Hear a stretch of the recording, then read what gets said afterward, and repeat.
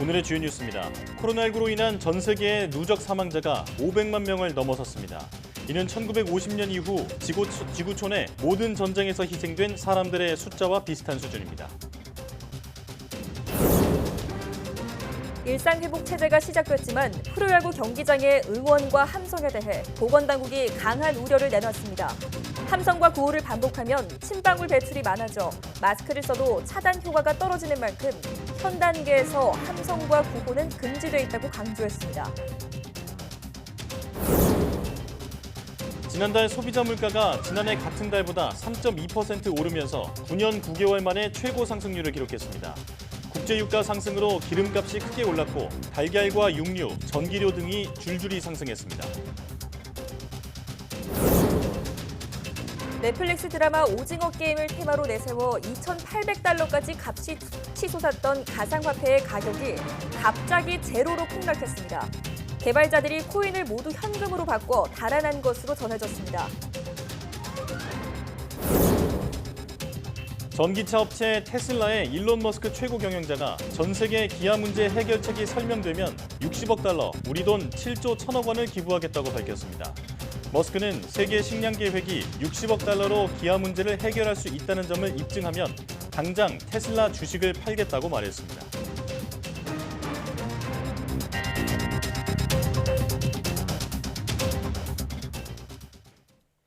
여러분 안녕하십니까? 사이언스 투데이 시작합니다. 정부는 지난 주말 헬로윈 대위와 일상회복 전환으로 인한 코로나19 확진 규모 증가가 일주일 뒤부터 본격화할 것으로 내다봤습니다. 중앙재난안전대책본부는 델타 변이 바이러스가 B 변이보다 잠복기가 줄어드는 특성이 있다며 헬로윈을 비롯한 각종 모임 여파는 일주일 정도 시차를 두고 나타날 것으로 예상했습니다. 코로나19 바이러스 잠복기는 최대 2주인데 델타 변이는 이보다 짧은 일주일 정도로 보고 있다는 겁니다. 또 현재의 확진자는 검사 건수가 적은 주말 영향이 반영돼 앞으로 검사가 본격화하면서 환자가 늘 것으로 예상했습니다. 김부겸 국무총리는 다시 방역이 무너진다면 고통스러운 상황으로 되돌아갈 수밖에 없다는 사실을 명심해달라고 거듭 요청했습니다. 김 총리는 일상회복 첫걸음에 발맞춰 민방위복 대신 일상복을 입고 주재한 국무회의에서 그동안 마스크 쓰기, 거리 두기, 백신 접종에 대한 국민의 협조가 기묘했다며 이같이 말했습니다. 그동안 억눌렸던 상황에 대해 마음이 풀어지는 것은 어쩔 수 없을 것이고 위축됐던 소비와 소상공인 자영업자를 지원하는 상황에는 감사하다면서도 방역 긴장이 풀리는 것을 줄곧 경계했습니다. 일상회복 첫날 프로야구 경기장에서 관중들이 응원하고 함성을 지른 것과 관련해 정부는 금지 사항이라며 관계부처와 협의해 조치 방안을 내놓기로 했습니다. 중앙재난안전대책본부는 경기장 내 입장과 취식이 가능해도 함성과 구호는 금지돼 있다며 마스크를 써도 위험하다고 자제를 당부했습니다. 함성과 구호를 외치다 보면 침방울 배출이 많아져서 마스크를 썼다고 해도 차단 효과가 떨어진다며 우려했습니다. 특히 접종 완료자만으로 관중이 구성되면 취식이 허용돼 사실상 마스크를 벗은 채로 응원과 구호를 외치게 되는 만큼 더욱 위험하다고 지적했습니다. 정부가 백신 원부자재 산업을 제2의 반도체 산업으로 육성하기 위해 오는 2024년까지 잡혀있는 6조 3천억 원 규모의 민간 설비 투자를 적극 지원하기로 했습니다. 정부는 김부겸 국무총리 주재로 제2차 글로벌 백신 허브와 추진위원회를 열어 K-글로벌 백신 허브와 정책 추진 상황을 점검하고 분야별 세부 계획을 논의했습니다. 회의에서는 백신 원부자재 초인류 기업 육성을 위해 지원 대상 기업 14개사를 선정해 백신 위탁 생산과 자체 생산 지원에 올해 추경 예산으로 확보한 180억 원을 활용하기로 했습니다. 또 삼성 바이오로직스 4조 2천억여 원 등 2024년까지 모두 6조 3천억 원 규모로 진행 중인 민간 설비 투자를 지원해 백신 산업 생태계를 조성하고 불합리한 규제는 과감히 개선하기로 했습니다. 소비자 물가가 지난달 3.2%로 고공행진을 이어가며 9년 9개월 만에 최고치를 기록했습니다. 돼지고기부터 집세까지 안 오른 게 없을 정도인데 당분간 이런 추세가 유지될 것으로 보여 정부의 고민이 커지고 있습니다. 오인석 기자입니다. 고기 빛깔도 보고 가격표도 보고 한참을 고민하다 슬며시 놓아듭니다. 물건은 매대마다 가득하지만 선뜻 카트에 옮겨 담기가 쉽지 않습니다. 야채 같은 거 특히 좀 비싼 것 같아서 거의 뭐 그냥 들었다 놨다 하다가 그냥 놓고 올 때가 많고요. 다른 것들도 좀 많이 오른 것 같아요. 지난달 소비자 물가가 3%를 넘어섰습니다. 9년 8개월 만에 3%대 물가입니다. 6개월 연속 2%대 상승세를 보이던 물가는 지난달에는 9년 9개월 만에 가장 높은 상승률을 기록했습니다. 국제 유가의 오름세 영향으로 석유류 가격은 27.3%나 올라 2008년 8월 이후 가장 높은 상승폭을 기록했습니다. 휘발유가 26.5% 올랐고 경유와 자동차용 LPG 가격도 크게 뛰었습니다. 지난해 10월 통신비 할인에 따른 기저효과로 휴대전화 요금은 25.5%나 상승했습니다. 휴대전화 요금 통계 작성 이후 가장 높은 상승률입니다. 전기료와 전세, 공동주택관리비, 생선회도 줄줄이 올랐습니다. 농축수산물 가운데는 달걀이 33.4% 올랐고 국산 쇠고기와 돼지고기 오름세도 이어졌습니다. 공업 제품과 개인 서비스 가격이 오름세를 지속한 가운데 지난해 10월 통신비 지원에 따른 기저효과로 공공 서비스 가격도 확대되면서 3%대 상승률을 보였습니다. 정부는 11월에도 국제 유가 오름세와 개인 서비스 기저효과 등 불확실성이 여전히 높은 것으로 판단하고 있습니다. 이에 따라 이달 12일부터 유류세 인하 조치가 가격에 신속히 반영되도록 했습니다.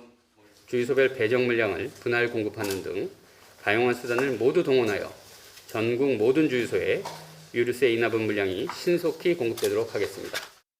또 공공요금을 동결하고 원재료 인상 등에 편승한 가공식품 업계의 담합 인상 단속도 강화하기로 했습니다. YTN 오인성입니다. 한국은행은 올해 들어 소비자 물가가 4월 이후 6개월 연속 2%를 상회하는 오름세를 나타내다가 10월 중 3.2%를 기록한 것은 국제유가 상승세가 확대되면서 지난해 이동통신요금 지원의 기저효과가 크게 작용했기 때문이라고 분석했습니다.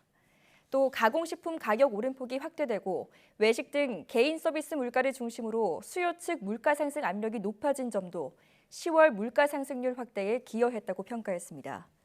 이어 앞으로 소비자 물가 상승률은 통신비 지원에 따른 기저효과가 사라지고 유류세 인하 조치가 시행되면서 점차 둔화하겠지만 당분간 2%를 상당폭 상회하는 수준이 이어질 것으로 전망했습니다.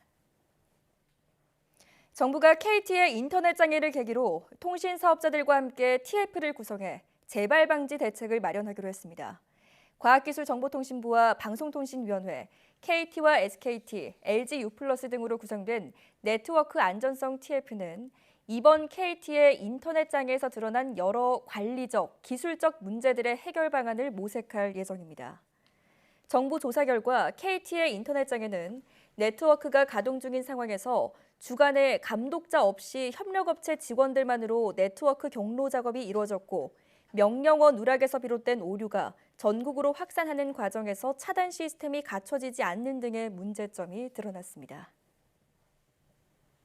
하루 만에 2,400% 폭등해 화제가 됐던 넷플릭스 드라마 오징어 게임을 테마로 한 가상화폐 가격이 갑자기 0달러로 추락했습니다. 개발자들이 가상화폐를 모두 현금화해서 챙긴 뒤에 달아난 겁니다. 보도에 김형근 기자입니다. 가상화폐 정보 사이트입니다. 오징어 게임 테마 가상화폐인 스퀴드의 코인당 가격이 0달러 수준을 기록하고 있습니다. 한때 2,861달러, 우리 돈으로 337만 원까지 급등했다 5분 만에 바닥으로 떨어진 겁니다. 거래량은 1,100만 개로 변화가 없었습니다. 그런데도 이렇게 갑자기 폭락한 건 개발자들이 가상화폐를 모두 현금으로 바꿔 달아났기 때문입니다. 이른바 러그풀 수법의 사기를 친 겁니다. 앞서 이 가상화폐는 미국과 영국 주요 언론이 보도하면서 전 세계적으로 큰 화제가 됐습니다. 개발자들은 이 가상화폐를 온라인판 오징어 게임의 참가비로 쓸 수 있다고 홍보했습니다. 오징어 게임 속 6개의 놀이로 토너먼트 경기를 벌이고 최종 승리한 한 명에게 전체 참가비의 90%를 상금으로 주겠다고 유혹했습니다. 오징어 게임의 선풍적 인기에 힘입어 이 가상화폐는 출시되자마자 폭등했습니다. 하루 동안 2400%의 폭등세를 기록하기도 했습니다. 정보기술 전문 매체 기즈모도는 애초에 사기라는 신호가 곳곳에 있었다고 전했습니다. 가상화폐 홈페이지는 오탈자로 가득했고 투자자들은 가상화폐를 살 수는 있지만 팔 수는 없었다는 겁니다. 전문가들은 문화적 현상에 기반한 밈 가상화폐는 투자자들이 마음을 빠르게 사로잡아 심하게 부풀려진다며 구매할 때 특히 주의를 기울여야 한다고 경고했습니다. YTN 김영근입니다.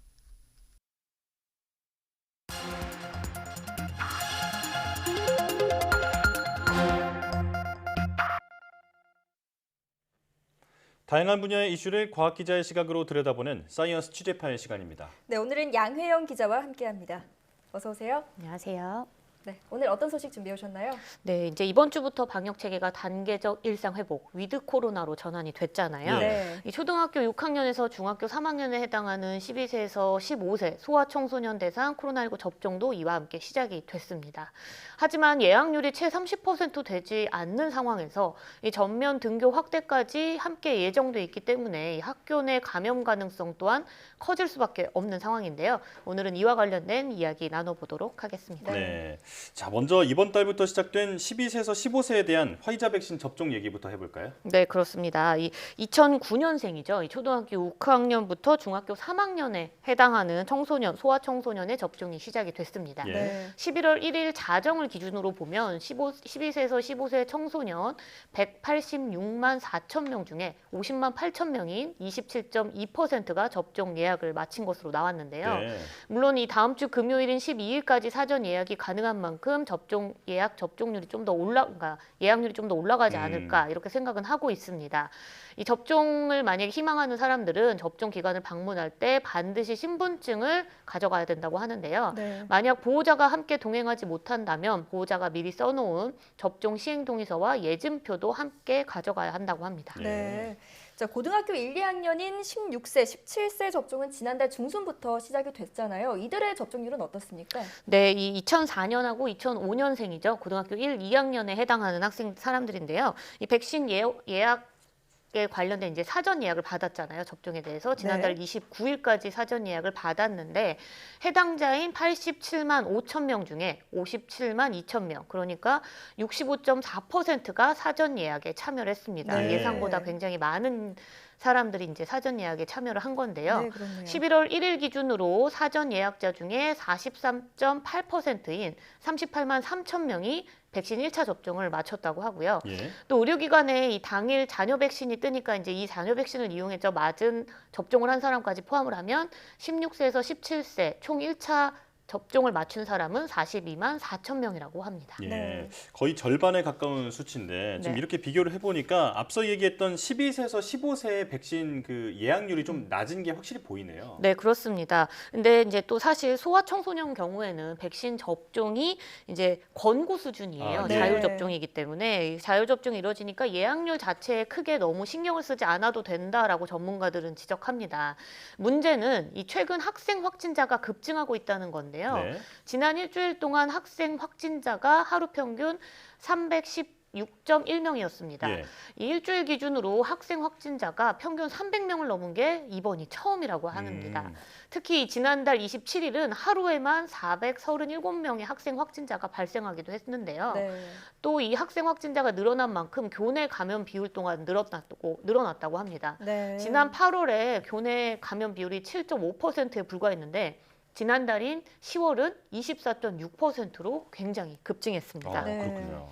전국적으로 위드 코로나로 지금 전환이 된 상황이잖아요. 그런데 지금 학생 확진자 비율이 늘고 있다면 결국 소아청소년 백신 접종 역시 좀 적극적으로 이루어져야 할 것 같은데 전면 등교도 학교에서 일상 회복도 이루어질 것 같은데요. 12세에서 15세 접종률이 낮은 이유는 뭔가요? 네, 뭐 아무래도 부작용에 대한 걱정이 가장 크다 이렇게 볼 수 네. 있습니다. 뭐 성인들도 사실은 mRNA 백신을 맞으면 뭐 심낭염이나 심근염 등의 중증 이상의 이제 이상 반응 같은 게 보고가 되고 있고요. 예.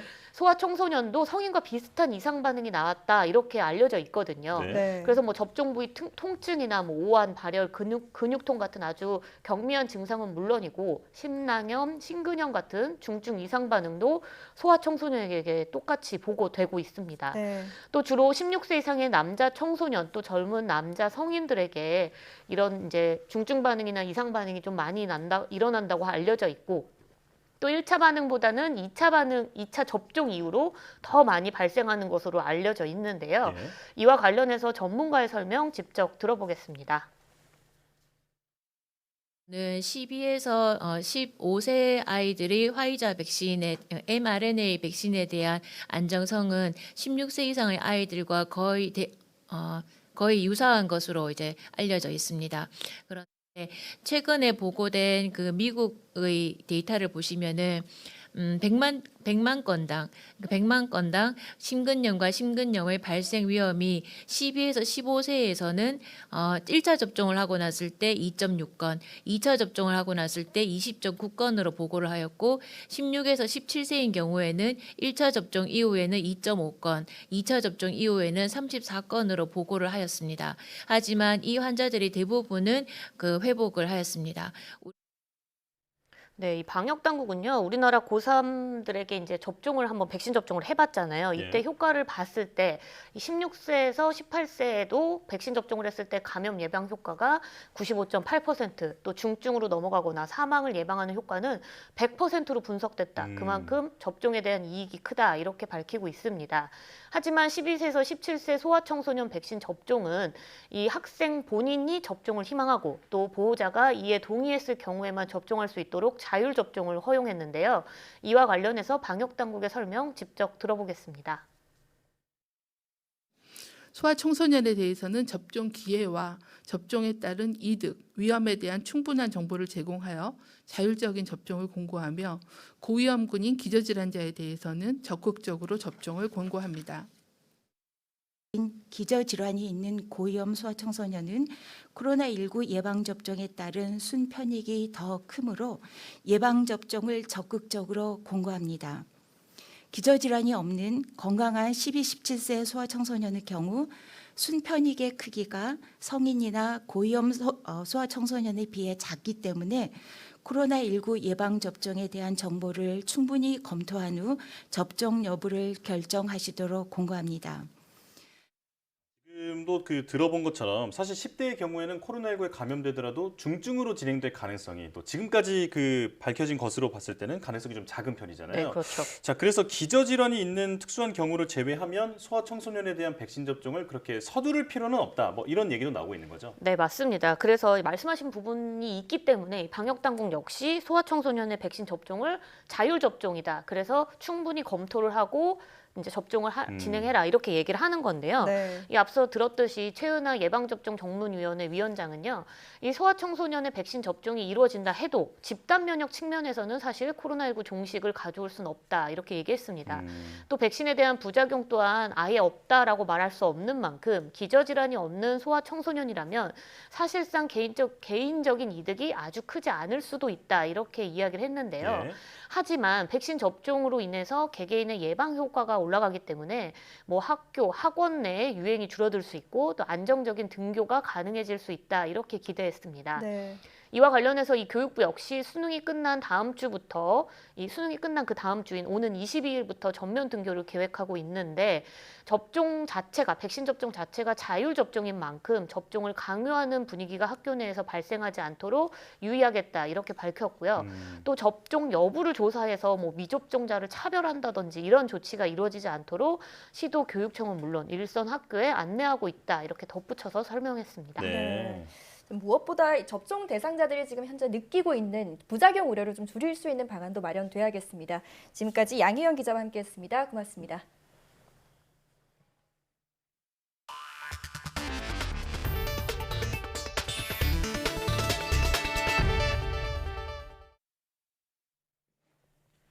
코로나19로 인한 전 세계 사망자가 500만 명을 넘어섰습니다.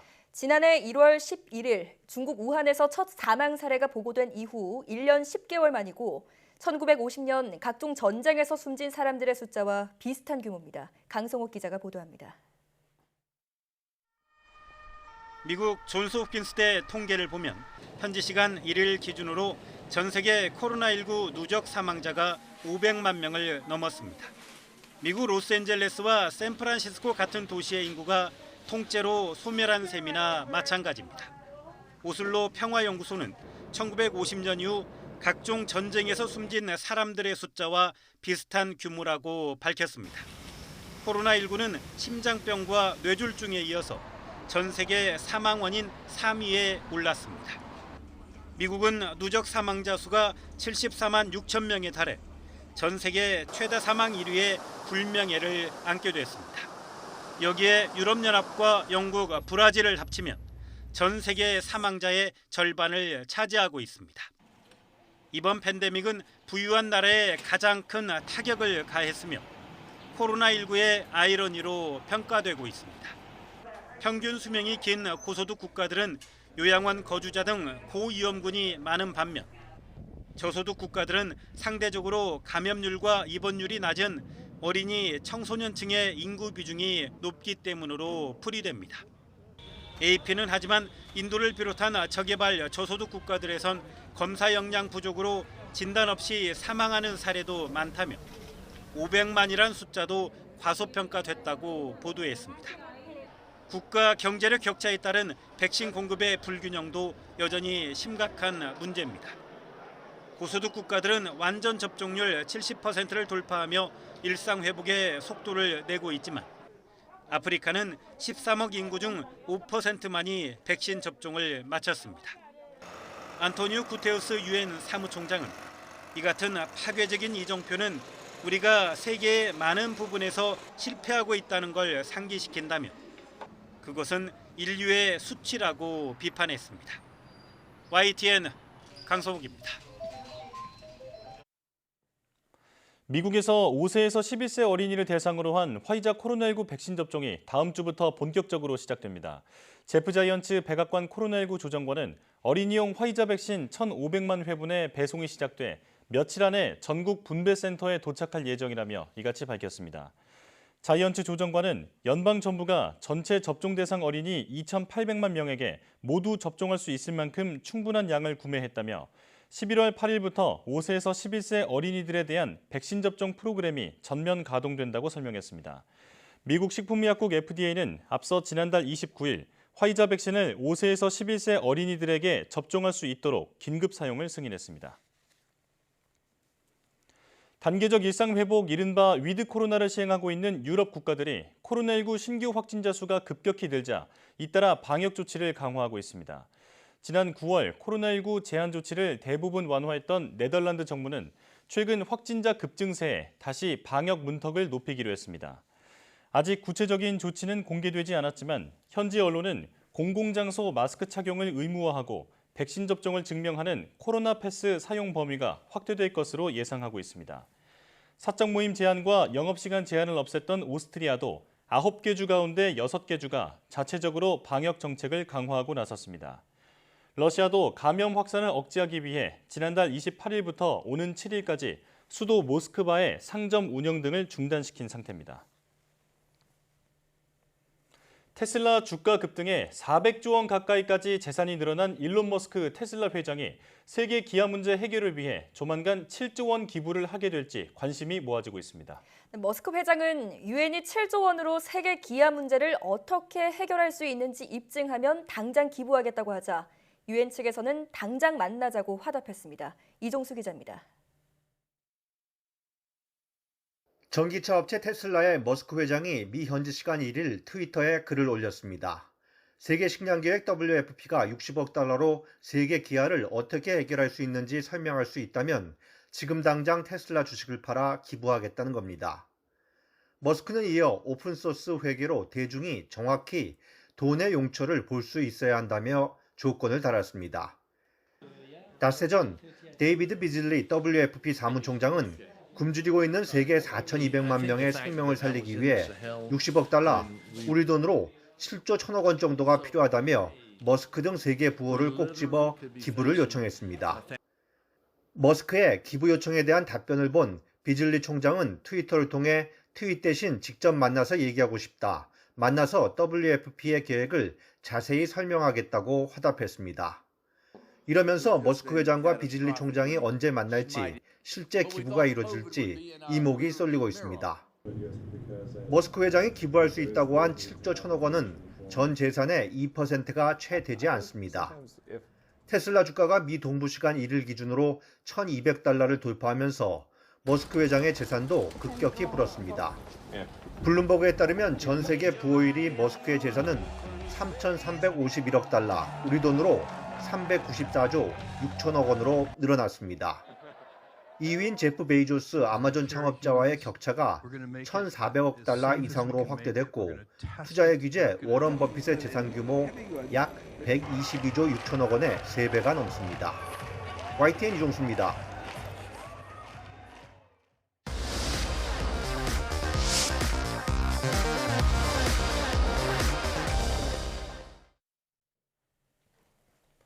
어린아이부터 어른까지, 또 동네 조기축구에서부터 월드 프리미어리그까지 규모와 수준은 달라도 지구촌 어디에서나 볼 수 있는 스포츠가 바로 축구죠.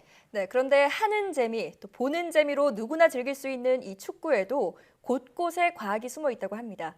축구화부터 축구공, 또 구장 잔디에 이르기까지 미묘하고도 놀라운 축구 속 과학 이야기를 지금 같이 만나보시죠.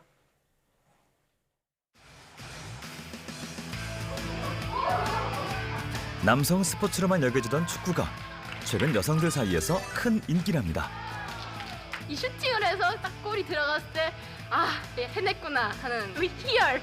팀끼리 같이 이제 협동심으로 하는 그런 팀 스포츠가 너무 좋았습니다. 민첩성과 함께 협동심이 요구되는 축구의 기본기부터 슈팅 기술까지. 그리고 여기에는 어떤 과학 원리가 있는지 함께 알아볼까요? 서울시 강남구에 있는 한 축구 교실을 찾았습니다. 여자 축구를 전문적으로 교육하는 이곳의 리더. 프로리그 출신의 정병훈 감독과 축구 매력에 빠져볼 텐데요. 자, 지금부터 정병훈 감독과 축구의 모든 것 배워보겠습니다.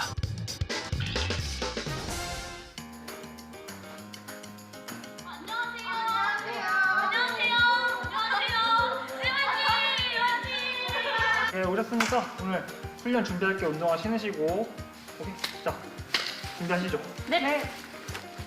에너지 넘치는 회원들. 오늘 어떤 모습을 보여줄지 기대가 되는데요. 그런데 요가나 필라테스 같은 개인 운동에 익숙한 여성들이 팀 스포츠인 축구를 선택한 특별한 이유라도 있는 걸까요?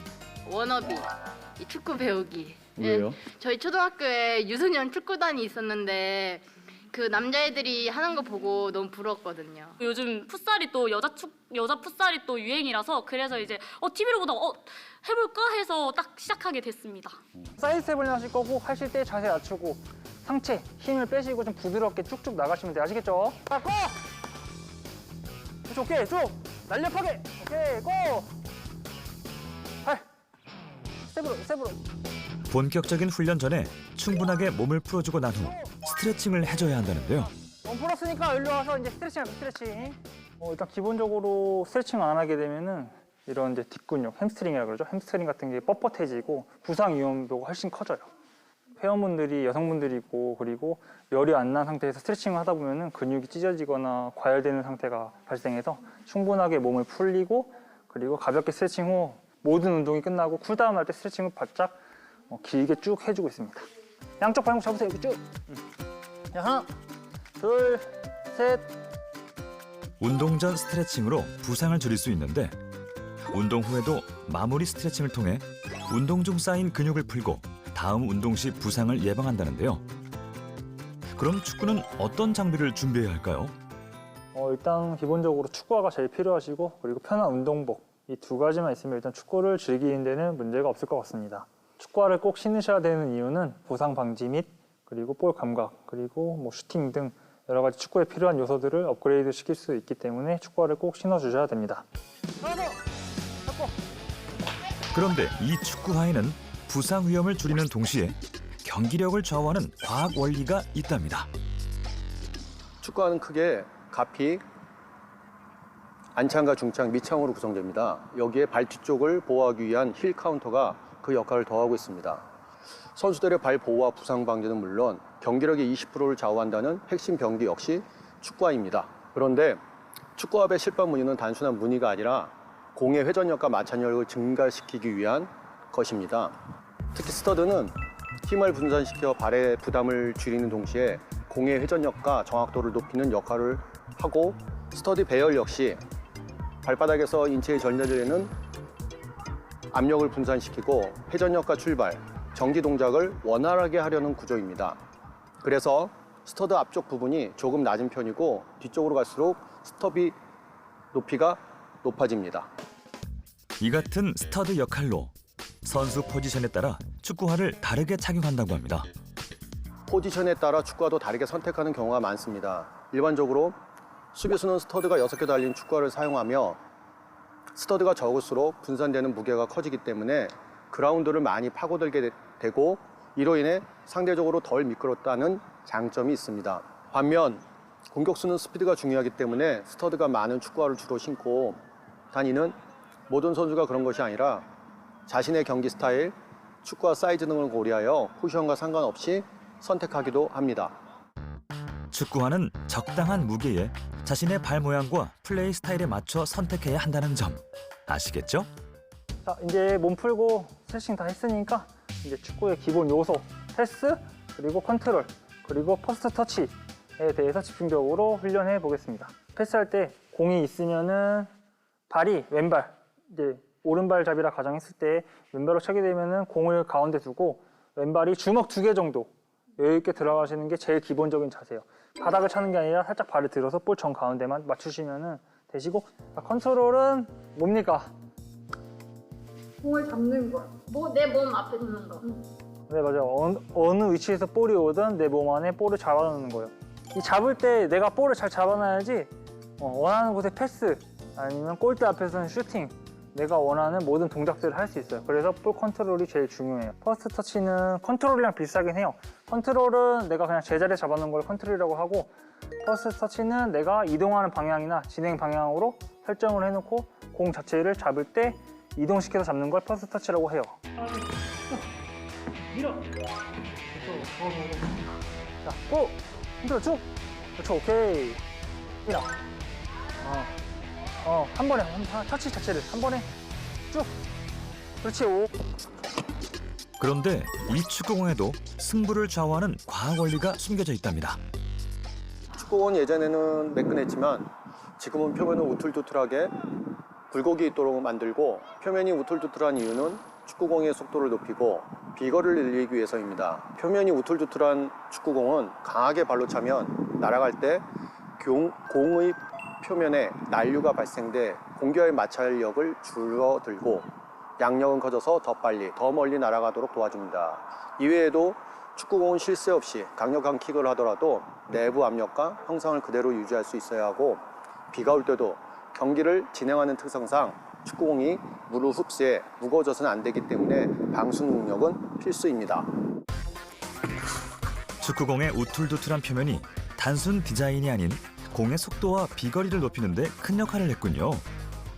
자, 우리 이제 패스, 컨트롤, 퍼스트 터치 훈련했으니까 그걸 응용해서 2대1 패스 받는 훈련을 하실 거예요. 상대방을 수비수가 있다고 하면은 우리 팀이 편하게 골을 넣기 위해서 하는 동작으로 편하게 주고받는 거라 생각하시면, 티키타카 말 그대로 주고받는 거라 생각하시면 되세요. 아시겠죠? 네.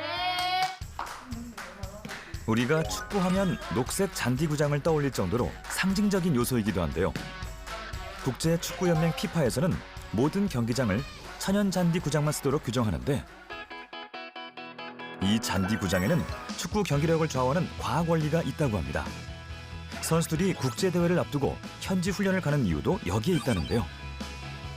천연 잔디의 경우 흙이나 인조 잔디보다 부상 위험이 적고, 이 때문에 피파에서는 국제 경기에서 반드시 천연 잔디로 된 구장을 쓰도록 규정하고 있기 때문입니다. 잔디 습도가 높으면 마찰과 저항이 줄어들어 공의 스피드를 형성시키고 부상 위험이 줄어들 수 있습니다. 잔디가 짧으면 마찰과 저항이 크게 줄어 볼 스피드가 빨라지게 됩니다. 반대로 잔디가 길면 마찰력이 높아져 공의 스피드와 탄성이 떨어지고, 예로 유소년 경기에서는 잔디가 길면 체력 소모가 많아져 성장 속도가 느린 선수가 경기력이 약화될 수 있습니다. 민첩성과 근력을 요구하는 운동인 만큼 운동신경이 부족한 사람이라도 축구를 시작하기 괜찮은 걸까요? 운동신경이 있으면 좋겠지만 없으셔도 축구를 즐기려면 축구공과 친해지셔야 되는데 그러기 위해서는 꾸준한 연습과 반복 훈련을 통해 훈련하시면 축구를 충분히 즐길 수 있습니다.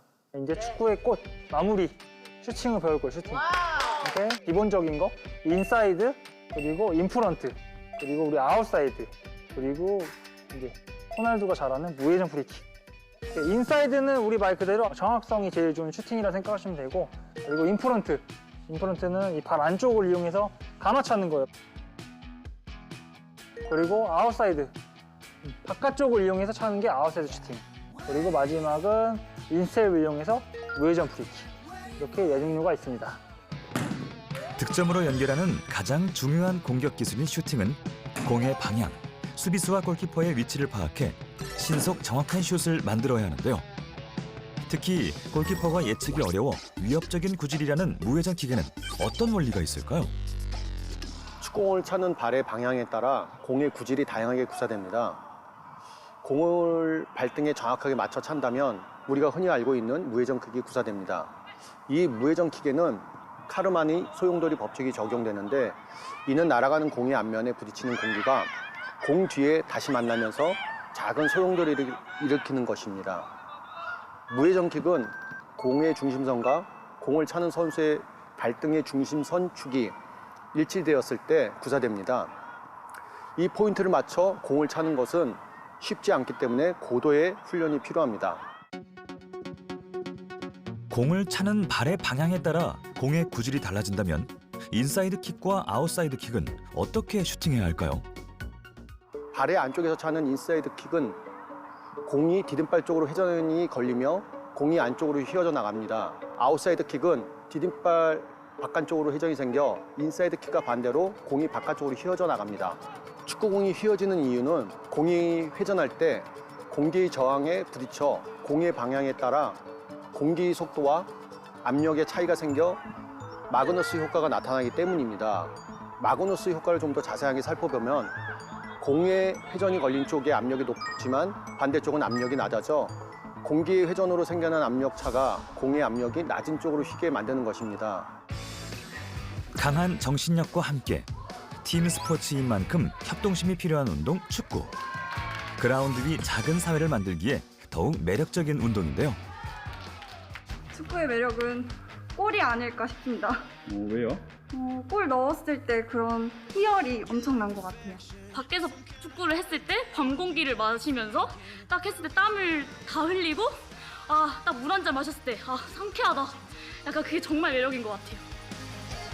여기에는 축구에 인생을 바친 좋은 지도자의 역할도 큰 영향을 미쳤을 건데요.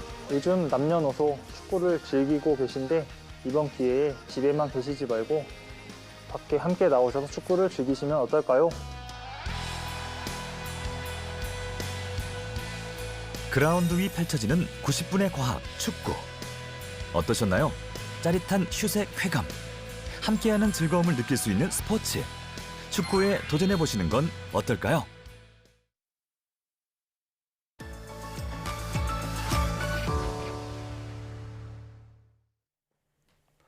기후 위기에 제대로 대응하지 않으면 전 세계 기아 인구가 2억 명 가까이 증가할 수 있다.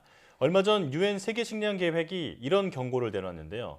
지구온난화로 이상기후가 발생하면서 예전보다 많은 사람들이 식량 부족 문제로 고통받고 있다고 합니다. 네, 오늘 날씨학 개론에서는 세계 곳곳에서 일어나고 있는 식량난 문제에 대해 이야기 나눠보겠습니다. 오늘도 K웨더 반기성 센터장 나오셨습니다.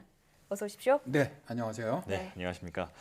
우리가 기후 위기에 적극적으로 대응하지 않으면서 많은 나라가 굶주림에 시달리고 있다. 이런 경고, 어떤 내용인지 소개해 주시죠.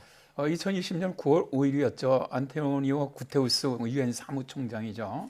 안보리 이사국들에게 보낸 메모에서 분쟁의 영향을 받은 콩고, 예멘, 나이지리아, 북동부죠. 남수단 등 4개국에서 기근과 광범위한 식량 불안의 위험이 있고 수백만 명의 목숨이 위험에 처해 있다라고 경고를 했는데요. 그런 세계 식량 위기 보고서 또 최근 식량 안보 분석에 따르면 4개국이 세계에서 가장 큰 식량 위기 중 하나라고 말하면서 그럼에도 이들 나라를 도와주는 손길은 매우 적다고 말했습니다. 아울러 소말리아, 부르키나파소, 아프가니스탄 등 분쟁 피해국들의 주요 지표도 이와 유사하게 악화되고 있다면서 이들 나라들은 기후변화로 인한 식량과 초지 부족, 기근으로 인해 분쟁이 발발했고 이로 인해 국민들은 굶주림에 시달리고 있다는 것이죠. 월드와이드는 2020년 10월 12일에 세계에서 가장 배고픈 10개국이라는 보고서를 냈는데요. 기후변화와 함께 코로나19, 경기 침체, 그리고 2020년 초에 발생했던 메뚜기 재앙으로 인해서 굶주림과 식량 불안에 가장 취약한 많은 나라들이 더욱 고통받고 있다는 겁니다. 네. 사실 우리는 잘 체감하지 못하고 있지만 식량난에 처해 있는 나라들이 많다라는 말씀이신데요. 구체적으로 어떤 나라들이 좀 고통을 받고 있습니까? 일단 첫 번째 국가는 아프리카인 차드입니다. 네. 차드는 계속되는 기후변화의 영향으로 식량 부족이 발생한 데다가 이웃 나라에서 유입되는 난민들의 유입으로 식량 사정이 아주 매우 심각합니다. 차드의 영양 부족률은 39.6%이고요. 5살 미만 어린이 사망률의 12%가 굶주림 때문이라고 합니다. 두 번째 나라가 동티모르인데요. 이 나라의 120만 시민 중에 3분의 1인 40만 명이 만성적인 식량 부족에 시달리고 있고요. 세 번째 나라가 마다가스카르로 2009년에서 2011년 30%에서 2017년에서 2019년 거의 42%로 영양 부족 비율이 증가할 만큼 기아가 심각하고 소마비 발병률은 41.6%가 되고요. 정치적 불안정과 함께 극단적인 사이클론 등의 내습으로 국민 절반이 심각한 식량 위기 수준에 빠져 있습니다. 네 번째 국가가 하이티입니다. 지속되는 지진과 허리케인 피해가 컸고요. 2019년 초에 260만 명의 하이티인들이 식량 부족에 시달렸는데 2020년에는 370만 명으로 늘어났습니다. 다섯 번째가 모잠비크로 이 나라의 영양 부족 비율은 32.6%로 모잠비크 국민의 거의 3분의 1이 만성적인 굶주림에 시달리고 있다고 합니다. 이외에도 라이베리아, 시에라리온, 레소토, 나이지리아 등 주로 아프리카 나라들이 심각한 기근에 시달리고 있고요. 중동의 아프가니스탄도 감까지 겹치면서 심각한 피해를 겪고 있습니다. 저 마지막으로 아프가니스탄 얘기를 해주셨는데 그 탈레반이 재집권한 이후에 사람들이 이 정치적으로 고통받는 것을 넘어서서 그 굶주리는 사람들이 많아지고 있다는 얘기가 나오더라고요. 이건 어떤 내용인가요? 일단 이제 아프가니스탄 같은 경우에는 이제 식량안보 클러스터가 2021년 올해 10월 25일 발표한 보고서에 따르면은 아프가니스탄 인구의 절반 이상의 2,280만 명이 11월부터 극심한 식량 불안에 직면할 것이라고 하는데요. 아프가니스탄은 현재 세계 최악의 인도주의적 위기 지역인데다가 식량 공급망이 거의 붕괴되었다고 합니다. 이로 인해서 올 겨울에 수백만 명의 아프간 국민들은 대재앙의 초일기에 들어갔고요. 지금 조치를 취하지 않는다면 완전한 재앙이 닥칠 것으로 전망이 되고 있습니다. 자, 그런데 기후 변화로 인한 위기만큼이나 심각한 식량 부족의 원인이 따로 있다고요? 네, 그렇습니다. 세계 유엔 식량농업기구는 2020년에 최대 1억 3천만 명이 만성적인 기근 상태로 빠질 것을 전망을 했었는데요. 코로나19가 전 세계를 강타하면서 식량 생산과 공급이 줄어들면서 2020년 말이면 예상보다 2배 일어난 2억 7천만 명에 달할 것으로 정정을 했었고요. 그런데 이제 코로나19가 계속 확산되고 작년보다 더욱 심각한 기후재난이 일어나면서 예상처럼 식량난과 기아가 점점 심각해지고 있는데요. 일단 세계 식량 계획은 예멘, 베네수엘라, 남수단, 아프가니스탄 등 30개 국가에서 식량 부족으로 기근이 심각한 상태라고 밝혔는데 문제는 2021년의 예상으로 세계 곡물 생산 증가량은 4,270만 톤인 반면에 소비 증가량은 5,240만 톤으로 예측되다 보니까 2021년엔 전 세계적인 식량 부족 또 기근이 심해질 것이라는 것이죠. 자, 그런데 자연재해가 얼마나 심각했길래 이런 식량 부족 사태까지 일어난 건가요? 올해 아무래도 이런 식량 부족이라든가 기근 이런 것들이 심각했던 나라를 살펴보면 먼저 이 마다가스카르가 있습니다. 2020년 11월부터 2020년 1월까지 올해 1월까지 강수량이 평년 대비 50%를 기록하는 등 40년 만에 가장 심각한 가뭄이 찾아오면서 식량난이 극심해졌는데요.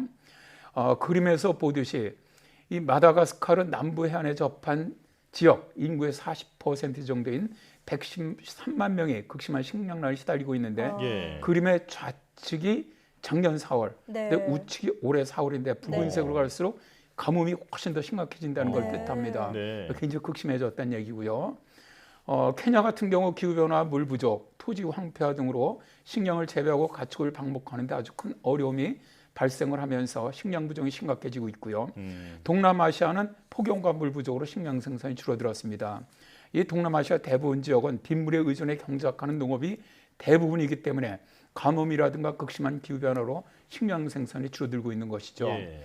그리고 이제 세계 식량농업기구와 세계 식량계획은 2021년 4월 7일에 아프리카 콩고 민주공화국이 심각한 기근에 빠져 있다고 발표를 했는데요. 무려 2,700만 명이 극심한 굶주림에 시달리고 있는데 콩고 국민의 3분의 1 정도가 되고요. 특히 700만 명은 비상사태 수준에 해당될 정도로 아주 심각하다고 합니다. 심한 기후에 시달리고 있는 사람들은 내전으로 집을 떠난 피난민, 이주자들, 기구인들이고요. 대부분은 홍수, 산사태, 화재 등 기후재앙으로 도시 주변이나 수도권에 몰려 살고 있는 극빈자들이라고 합니다. 자, 이야기를 나누다 보니 같은 맥락에서 백신 이기주의 문제가 좀 떠오르는데요. 식량 문제에서도 이런 사회적 불평등이 생길 수 있을까요? 그렇습니다. 이제 아무래도 지금 식량 문제가 가장 심각한 지역들이 가난한 나들이 모여 있는 아시아, 아프리카 국가들이거든요. 2020년에 전 세계 기아 인구의 54.4%가 아시아, 36.7%가 아프리카 사람들이에요. 그러니까 전 세계 기아, 굶주리는 인구의 90%가 넘는 사람들이 아시아하고 아프리카인들인 건데요. 우리나라도 좀 경제력에 걸맞는 좀 맞게 기근에 시달린 나라들을 좀 도와줬으면 좋겠고요. 지금은 기아가 돈이 없어 식량을 살 수 없는 가난한 나라들의 문제이겠지만 머지않은 미래의 기후변화로 심각한 식량 부족 사태가 발생할 것으로 예상이 됩니다. 식량 자급률이 30%가 되지 않는 우리나라 같은 경우 식량 안보에 더욱 신경을 써야 할 것으로 생각을 합니다. 지금은 저개발 국가들이 어려움을 겪고 있지만 나중에는 우리 문제가 될 수 있다라는 말씀이신데요. 기후변화 대응에 더 적극적으로 목소리를 내야겠습니다. 지금까지 K웨더 반기성 센터장과 함께했습니다. 고맙습니다. 네, 고맙습니다.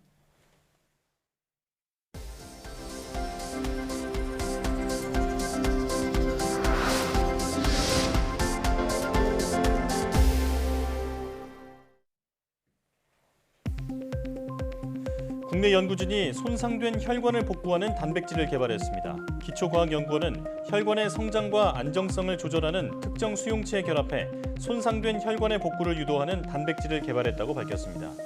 연구진은 생주의 면역 시스템을 이용해 특정 수용체에 결합하는 항체를 개발하고 이 가운데 혈관 안정화 신호 전달에 관여하는 항체만을 선별했다고 설명했습니다. 대마초 흡연 여부를 5분 안에 정확하게 가려내는 기술이 개발됐습니다. 기초과학연구원 나노의학연구단 등은 사익 속에서 대마초 유효물질 존재를 신속하게 검출하는 기술에 유효물질 농도를 정확하게 측정하는 광학 센서를 결합해 대마초 흡연 진단 기술을 개발했다고 밝혔습니다. 또 대마초 복용 방식이나 복용량, 사익 채취 시점이 모두 다른 43명 등 모두 86명의 실험 참가자를 대상으로 실험한 결과 정확도가 100%였다고 설명했습니다. 포스트 코로나 시대에 대비해 과학 연구에 데이터와 AI 활용을 높이는 방안을 모색하는 자리가 마련됐습니다. 국가과학기술연구회가 주최하고 한국과학기술연구원과 과학기술정책연구원이 공동 주관한 2021 서울 S&T 포럼이 열렸습니다. 이번 포럼은 포스트 코로나 시대를 대비하기 위한 연구 패러다임 전환을 주제로 열렸으며 현장에 참석한 50여 명의 국내 전문가를 비롯해 해외 연사와 국내외 청중들이 유튜브 채널을 통해 온라인으로 참석했습니다. 국가 인공지능 역량을 하나로 결집할 싱크탱크가 출범했습니다. 과학기술정보통신부는 고려대 미래융합기술관에서 국내외 200여 개 기관이 참여하는 인공지능 혁신허브 출범식을 열었다고 밝혔습니다. 인공지능 혁신허브는 정부와 민간의 인공지능 연구 역량을 모으고 인프라를 연계해 개별 기관이 수행하기 어려운 과제를 협동 연구하고 세계적 수준의 연구 체계를 갖추기 위해 구성됐습니다.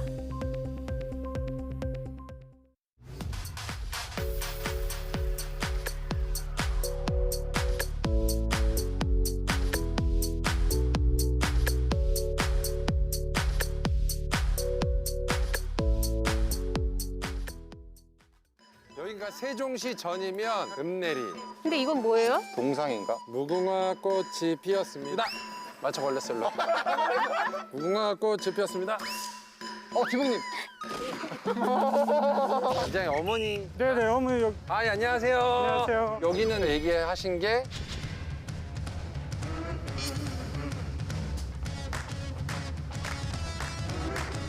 내가 누르기 전 안에도 더 있는데 들어갈 자리가? 안에 이만큼 공간이 있는데? 그러면 다 같이 뜯어보자. 우선 철거. 알겠습니다. 우와, 잠깐만. 조심해요. 하나, 둘, 셋. 어머니, 저희 잘 끝냈어요. 그걸로 갚을 게 없어. 오래오래 사시면 갚는 겁니다. 아, 나도 즐거워서 오래 살아. 네, 더 오래 사셔야죠. 그게 최고입니다, 어머니. 그게 최고예요.